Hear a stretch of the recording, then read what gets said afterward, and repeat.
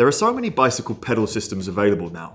How do you know which one to go for? Thankfully, I know someone who interacts with them more than anyone. Professional bike fitter James Thomas. Let's find out which ones are the best and which ones should be avoided. The first pedal we're going to talk about today is the Shimano R540. I don't have a pair here because, frankly, they're and so we don't have a set to have on display for you to demonstrate because we don't stock them. We do have a selection of pedals. The lovely Francis CADE behind the camera has turned my nice bike shop into a pedal museum. Thanks for that, Francis. The biggest problem with the Shimano R540, it's an SPD-SL pedal, comes with the yellow cleat system. The biggest problem with it is that it is a cheap, nasty aluminium pedal. The biggest problem I found with this pedal system is that the cleat doesn't really fit the pedal very well, and what that tends to translate to is excessive float. They end up really kind of destabilizing the foot, and it's just not a very good pedal. So they are very firmly gonna go in the bin. So sticking with SPD-SLs, pretty much every other part of the range is fantastic, starting from the R550, which is a resin pedal, all the way up to kind of Dura Ace level. You get a very, very stable pedal platform. They've got reasonable quality bearings. As you progress through the range up to sort of Ultegra Dura Ace level, you're getting better quality bearings, which are going to last longer. They're also serviceable, and they've got a reasonable amount of adjustability, and are typically pretty easy to get in and out of. So as a result, the standard SPD-SL for me goes into the want category. Yay! Sticking further with SPD-SLs, there is also an extended axle version. It adds an extra 4mm per side and is unfortunately only available in Ultegra and Dura Ace. This is the single best-selling pedal that we sell here. I carry about 50 or 60 of them at a time, on the grounds that we find ourselves having to increase stance quite dramatically for most of our customers. The reason for this is that over the last few decades, bicycles have become increasingly narrower to enable 20-year-old 60-kilo pros to pedal through corners. The closer you've got your feet together, the more clearance you have for pedaling through corners. The vast majority of people don't actually need to do that, so we find ourselves having to increase the stance to mitigate it. This can reduce pressure on the outside of the feet, it can improve your saddle interaction, and it can also improve the weight going through the front of the bike. So this is, as I said, it's our best-selling pedal system, and as a result, goes into the God tier. The Shimano M520. In a similar vein to the Shimano M540 road system, the problem with these is that the bearings suck. So after about 2 weeks, they deteriorate and they fall apart and the whole thing completely implodes. And as a result, it ends up going in the bin. In contrast to that, the Shimano M540, which is the next model up, has significantly better bearing quality, lasts a hell of a lot longer, and is somewhat not dissimilar to pedals in the higher end of the range. So the M540, as well as all of the other higher end pedals, including the XT and XTR, go into the want category. Next up is a pedal that we also don't have here because we don't think it's any good. It's the Keywin Classic. It is the cheapest range in Look's lineup, and the biggest problem that I have with the Keywin Classic is it is made almost entirely of plastic. It lacks any form of metal stability plate across the body of it, which means that they tend to develop rock relatively quickly and they tend to wear out quite quickly. The durability side of things should not really be impacting cheaper pedals. So look at the R550 from Shimano. It's a really super durable pedal system which does have a metal wear plate over the width of it, and they're priced more or less the same. So the Keywin Classic goes very firmly in the meh category. So sticking with Look and their Keywin lineup, this is without doubt my favorite pedal from Look. This is a Keywin 2 Max. They do this in a plastic and a carbon guise. They don't really do them with different axles anymore because they've favored the blade system for that, for the higher end pedals. I'm going to get onto that in a minute. This is very, very similar to, in fact, these are my old pedals. This is actually very, very similar to a Shimano SPD-SL in that it has a reasonable amount of adjustment to it. It's got, as I said, the option of a resin or carbon fiber body, a adjustable / replaceable bearings in them, and a multitude of different float options. The benefit of these is that they tend to hang like that. So if you're new to the sport, they can be a lot easier to get into. So these are gonna go very firmly into the pretty good category.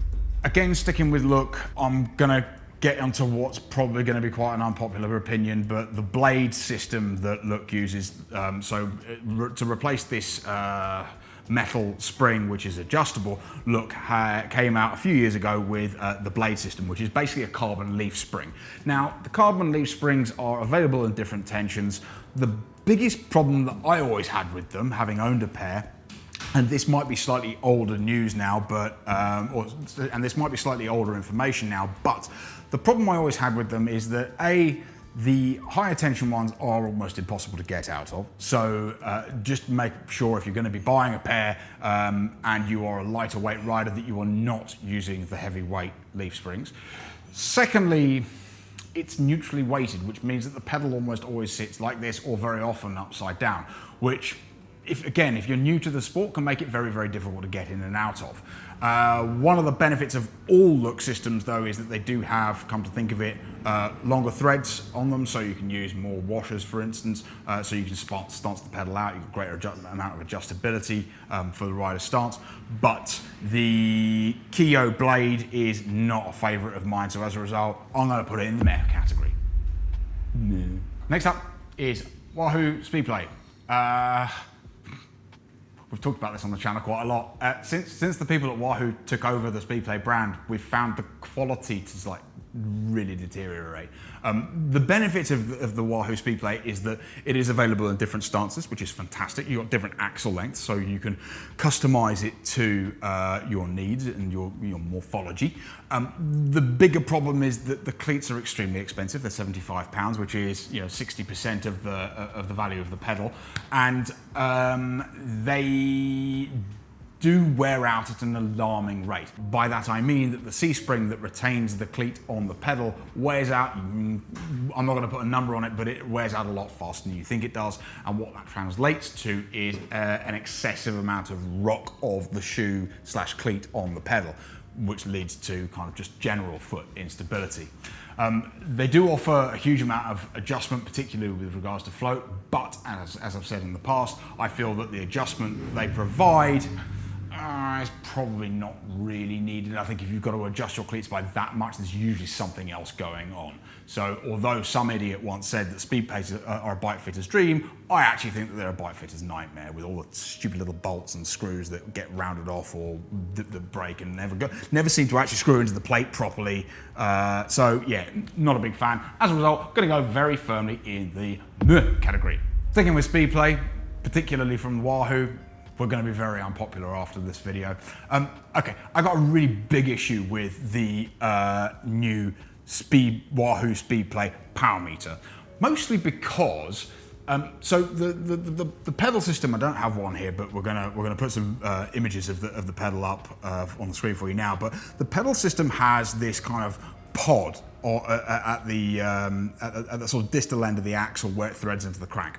Now, the geniuses at Wahoo have made this pod so large that they found that after they launched the pedal that it interfered with some brands of shoe and some brands of cleat, some forms of cleat setup. So if you have your shoe set up kind of where you need it, in some cases they found that your shoe interferes with the pod. So their fantastic idea was to provide with the pedal their PowerLink spacer and screw set, which to extrapolate all of the rubbish out of it, it's basically a 2mm shim or plate that goes between the shoe and the cleat, mitigating all of the apparent benefits of the Speedplay system, i.e. low stack height, but also impinging the hips at the top of the stroke, and it has a similar effect of lengthening the crank, so it's going to impinge your hips. I just think it's an utterly moronic system, and as a result, I think they should all go in the bin. The next pedal only really gets a mention. I'll be honest with you, I don't have a huge amount of experience with the latest generation of time pedals. After their collaboration with SRAM, they've recently launched the new XPro 12. This is a pedal that Historically, I've never really liked time pedals because I found them neutrally balanced. I found it very easy to disengage from them accidentally. The bearing quality wasn't particularly great, and there was never really any scope for adjustment with regards to stance. However, this new XPro 12 system does come in 3 different stance options. Yes, I know, time fans, that you can swap the cleats so you get a wider stance, but it just doesn't allow you to really kind of dial it in exactly the way you want it to be. But kudos to Time for actually exploring different axle lengths. They aren't, the widest version isn't quite as wide as I would like. They do a narrow version, which is completely useless in my opinion, apart from very, very, very small people, but even then, thanks to the axle options alone, I'm going to put them in the pretty good pile. Back in the late Jurassic period, there was only one real competitor to the Shimano SPD pedal system, and it was the Crankbrothers Egg Beater. Widely regarded as having a better amount of float and a decent mud shedding ability. Our experience of them was that they weren't the most durable, but it's a great pedal system nonetheless. One other drawback is the fact that it is a slightly smaller pedal, so as a result can afford you stability issues in extreme cases. Because of the great mud shedding ability and the vast amounts of float to it, we're going to put that in the pretty good pile. Sticking with Crankbrothers, the CADE series of pedals adds a tiny little teeny tiny body to the Egg Beater style system and basically omits pretty much all of the negatives of the Egg Beater system. You still got easy entry, dual-sided, loads of mud shedding ability, loads of float, but it is a larger, more stable pedaling platform. So as a result, I'm going to put that in the proper good pile. Classic Speedplay. To be honest with you, I don't even know why we're talking about this because you can't even buy them anymore. But the benefit of the classic Speedplay system was not only was it better made, the cleats were significantly better. They were more durable. They had replaceable components to them. So when Speedplay started producing the walkable cleat, which was seemingly in response to a system called the Cafe Stop cover or something like that. It was basically a cover that went onto a non-walkable cleat so you could walk around in them. When that product came out, after a couple of years, Speedplay kind of went, oh, hang on a minute, well, we should be doing this. And they developed in my opinion, an inferior cleat system that you could walk on. This newer walkable system used those tiny little cleat bolts that I was talking about that are very easy to cross thread. They're very, very small. And the whole system is just very finicky and fiddly. The original Speedplay design system was far hardier, far better, it used larger cleat screws, and was generally just, as I say, more durable, more rebuildable. As a result, goes in the pretty good pile. Unfortunately though, can't buy them anymore, apart from maybe eBay. So next on the list is a couple of series of pedals that come from a little German company called SQ-Lab. They are not widely available in the UK. They are quite tricky to come by, mostly for the fact that the distributor seems to bring about 3 sets of them in at a time. There are 2 options, varying. So the first one is the SQ-Lab 511. The benefit of this system is that it comes in both an 8mm and a 15mm extended axle. This was a bit of a game changer for us in the sense that it was the first pedal, and in fact it's the only pedal that I'm aware of, that offers extended axle length for an SPD system. It basically is a rip-off of like a Shimano M520. The bigger problem with these though is that actually as pedals go, they're not great. The interaction between the cleat and the pedal isn't great. The bearing quality isn't great. SQ-Lab, if you're watching, please, please, please, please, please just make a better version of these so that they've got better bearing quality and just better finishing in general. We do sell quite a lot of them, mostly as a fit solution for people. So if you're an individual that needs a very wide stance and you are hell-bent on using SPD, it's kind of this or probably foot problems. Although I love it as a fit solution, it isn't particularly well finished, and as a result, I'm going to put it in the pretty good pile. Sticking with SQ-Lab, they also make a pedal called the 512, so it's a very imaginatively named pedal system, and this is basically a Look Keo rip-off. It's a resin body, again available, same as the 511 SPD system, of having an 8mm and a 15mm extended axle. Again, in the same way as the 511 SPD pedal is, it's a reasonable fit solution, but it isn't a particularly great system as pedals go. It uses, as I said, a rip-off of the Keywin pedal cleats, although Keywin cleats are compatible with them. If you need 15mm axle extensions, this is basically the only system on the market that exists, apart from the Duo She system we talked about earlier. And again, as a result, because it's kind of an average pedal, but does provide a reasonable fitting solution, we're also going to put that in the pretty good pile. So next up is a system that most people probably haven't heard of, certainly most people that have started riding the last 1 to 2 decades, is the Keywin system, namely the KC850, which is a pedal system that is renowned for having one of the lowest stack heights. It has like integrated wedging that can be built into it, so you can count the foot for different requirements of stability. But the main benefit of the Keywin system is that it has the widest cleat interface and the lowest stack height of all kind of conventional 3-bolt road pedal systems, and more recently I've just discovered that they offer both 3mm and 6mm in plus or minus axle options, which again, just you've got a decent array of options there for different rider morphologies and different rider needs and limitations. So because of the low stack height and the large pedal surface, as well as the different axle options, I'm going to put that in the want tier. So next up is the Plastic Fantastic.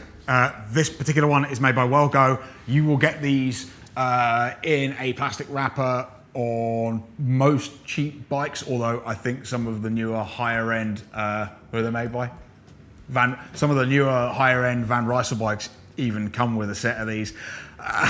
These belong very firmly in the bin category. I don't believe in ever using these for extended periods of time. The reason for it is they're just very, very poor quality. And what tends to happen is over time, as has also happened with these actually, is that the body starts to crack. So what ends up happening is that the axle kind of protrudes out of the body. These have no place on any reasonable quality bicycle. Get rid of them, replace them with like a higher quality resin body, or even something like the DMR V8. This is, I'm only mentioning this because I had a pair once upon a time, like 25 years ago. I'm showing my age here. It was a cast aluminium body with like an open bearing, with an open bearing axle system in it, a chromoly open bearing axle system. They were pretty hard wearing, pretty durable. You could pump them full of fresh grease, so you could kind of prolong the life of the bearings with them. And they also had replaceable pins to destroy your shins should you slip off the pedal. Although significantly better than the bin category Plastic Fantastic, the bearing quality wasn't great. They went rough quite quickly, and as a result, you're generally better off opting for the next model up, which we're going to talk about in a minute. So as a result, the V8 goes in the meh category, only one step above the Plastic Fantastic bin. And as I said, we're going to talk about the V12 from DMR. This is, it comes in a number of different guises and iterations. They did an aluminium version, they did a magnesium version. The main benefit of the V12 over the V8 was that it had sealed cartridge bearings, lasted forever, went on and on and on. It's a great pedal, has loads of grip, pretty durable, and comes from a little British brand. So, you know, support your little British brands. The DMR V12 goes in the want category, one of the best flat pedals out there. I'm sure there's going to be a load of mountain bikers that don't clip in that are going to tell me I'm wrong, and there's probably other better flat pedals out there. There probably are. If there is a better flat pedal out there, put it in the comment section below and we can all have an argument about which one's best. Now, from a stability standpoint, I don't think anybody really needs the extra platform on this SPD. However, I use this on a mountain bike. I use the XT Trail version. The benefit of this is that it's just a larger target. So if you disengage accidentally when you're out on a trail, it just represents a much larger target for you to get your foot at. So even if you don't clip into it, you've got something to rest your foot onto. It comes in a multitude of different guises. This particular one is the ME700. These are 55 quid. They weigh half a metric ton and they have cheap bearings, but the premise is the same. You've got a larger contact area, bigger target should you become disengaged off-road. I don't really see much point in having these for like a gravel bike or maybe for commuting, but probably not for graveling. Just because of the added weight and complexity, as I say, mostly beneficial for mountain bike riding. So as a result, I'm going to put those in the proper good category. Oh, one more. Right, this is a slightly more expensive version of the pedal I'm talking about. This is an EH500, which are equally shit. I hate these pedals. This is a half and half pedal. So it's got an SPD on one side, it's got a flat pedal on the other side. And many people will go out and they want to buy this because, I'm gonna buy a bike and then I'm gonna clip in when I want to ride to work, and then I can use flat pedals when I don't want to ride to work. The reality of using this pedal system is that every time you want to clip in, you can guarantee it's going to be like this, and every time you don't want to clip in, you can guarantee it's going to be like that. And this is the case with the EH500. It's also the case with the cheaper version, which is called an M324. I just don't believe in this product, full stop. I would much rather have either the caged SPD or just the standard SPD and use an SPD shoe. That was my biggest issue with them, is that it's always going to be the wrong way round. So as a result, they're going in the bin. I hope you found that information useful. I'm going to put a link to James's channel down below in the description if you want to check out more bike fitting content from him. Thanks for watching, and please subscribe to this channel for more.